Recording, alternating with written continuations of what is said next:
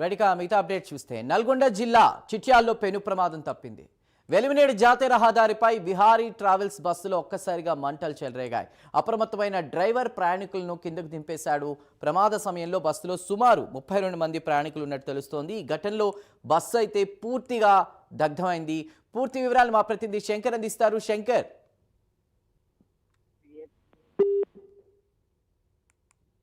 వెలిమినేడు శివార్లో అయితే బస్సులో భారీ అగ్ని ప్రమాదం జరిగిందని చెప్పుకోవచ్చు. అయితే హైదరాబాద్ నుండి కందుకూరుకి వెళ్తున్న విహారీ ట్రావెల్స్ స్లీపర్ కోచ్ ఏదైతే ఉంటుందో దాంట్లో బస్సులో ఒక్కసారిగా మంటలు చెలరేగాయి. అయితే ఇంజన్ నుండి మంటలు రావడంతో అయితే డ్రైవర్ అప్రమత్తం అయ్యారు. 2 డోర్లు ద్వారా ప్రయాణికులను అయితే బయటకు పంపించడం జరిగింది.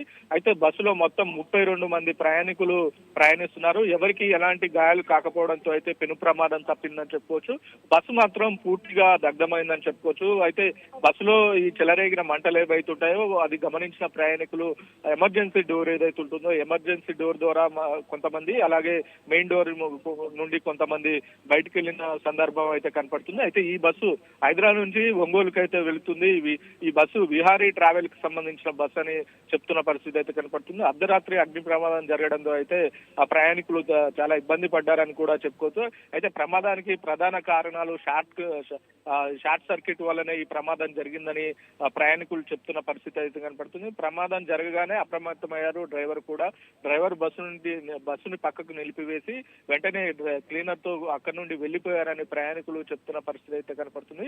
బస్సులో ఎలాంటి సేఫ్టీ కిట్లు లేవని కూడా ప్రయాణికులు అయితే చెప్తున్నారు. ఇంజన్ నిప్పంటుకొని కాసేపట్లో బస్సు అయితే పూర్తిగా దగ్ధమైందని చెప్పుకోవచ్చు.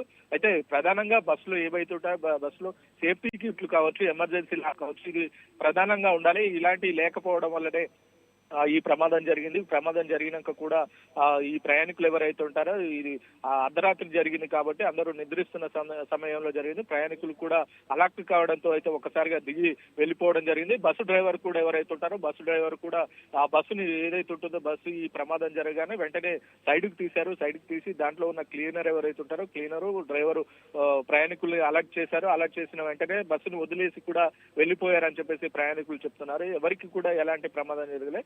బస్సు ఈ ప్రమాదం జరిగినప్పుడు దాంట్లో 32 మంది ప్రయాణికులు ఉన్నారని చెప్పేసి ప్రయాణికులు చెప్తున్న పరిస్థితి కనపడుతుంది. ఇలాంటి ప్రమాదాలు జరగకుండా ఈ శాఖ ఏదైతే ఉందో రవాణా శాఖ దీని మీద ప్రధానంగా దృష్టి పెట్టాలి. ప్రధానంగా నేపాల్ కు సంబంధించిన ఛత్తీస్గఢ్ కి సంబంధించిన బండ్లు ఏవైతే ఉంటాయో ఆర్టీసీ బండ్లు ఈ ఫిట్నెస్ ఒకటి లోపము, అలాగే మెయింటెనెన్స్ లోపాలు ప్రధానంగా ఉండడం వల్ల ఇలాంటి ప్రమాదాలు జరుగుతున్నాయని కొంతమంది నిపుణులు చెప్తున్నారు. ఇలాంటి ప్రమాదాలు జరగకుండా ఆర్టీఓ ఎవరైతే ఉంటారో ప్రధానంగా డైలీ చెకప్లు చేస్తే ఇలాంటి ప్రమాదాలు జరగవని నిపుణులు చెప్తున్న పరిస్థితి కనపడుతుంది. చంద్రు, శంకర్, మనం రీసెంట్గా ఒక ఇన్సిడెంట్ చూసాం, బాధాకరమైంది, కర్నూలు ఇన్సిడెంట్ కూడా చూసాం. దాని తర్వాత ప్రస్తుతం మళ్ళీ ఇలాంటిదే ఒకటి రిపీట్ అయింది. అంటే యాజమాన్యంపై చర్యలు తీసుకునే అవకాశం ఉంది అధికారులు, ఎందుకంటే ఎక్కడికక్కడ చెకింగ్స్ చేస్తూ ఉన్నా ఇంకా నిర్లక్ష్య ధోరణి, సేఫ్టీ ప్రికాషన్స్ ఏవి పాటించకుండా బస్సులు రోడ్లపైకి వదులుతున్నారు. ఇక్కడ ప్రయాణికులు ఆలోచించి ఎమర్జెన్సీ డోర్ ఓపెన్ చేసి బయటపడ్డారు, లేదంటే ఎలాంటి దారుణమైన సిచ్యువేషన్ మనం చూసుండేవాళ్ళం. అధికారులు దీనిపై యాక్షన్ తీసుకునే అవకాశం ఉందా?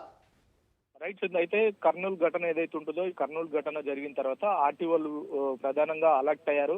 అలర్ట్ అయ్యి కూడా నైట్ ఈ బస్సులు అయితే తిరుగుతున్నాయో బస్సులు ఎల్బీ నగర్ కావచ్చు, హైదరాబాద్ నుండి విజయవాడ వెళ్లే బస్సులు, అలాగే విజయవాడ నుండి హైదరాబాద్ నుండి ఆంధ్ర వైపు వెళ్లే బస్సులు ఏవైతే ఉంటాయి ఈ బస్సులు ప్రధానంగా ఆర్టీఓలు వీటి మీద దృష్టి పెట్టాల్సి ఉంది. అయినా కూడా ఈ కర్నూలు ఘటన జరిగిన తర్వాత 1-2 రోజులే వీటి మీద దృష్టి పెట్టి తూతూ మంత్రంగా చేశారని చెప్పుకోవచ్చు. ప్రధానంగా ఈ బస్సులు ఏవైతే ఉంటాయో బస్సులో మెయింటెనెన్స్ లోపాలు ప్రధానంగా ఉంటాయి.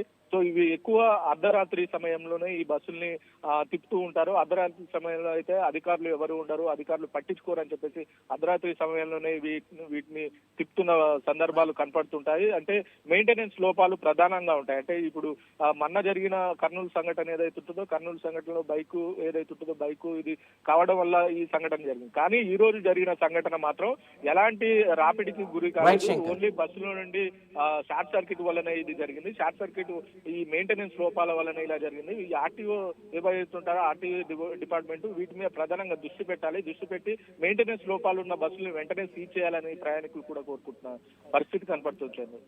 Right Shankar, thank you for the updates.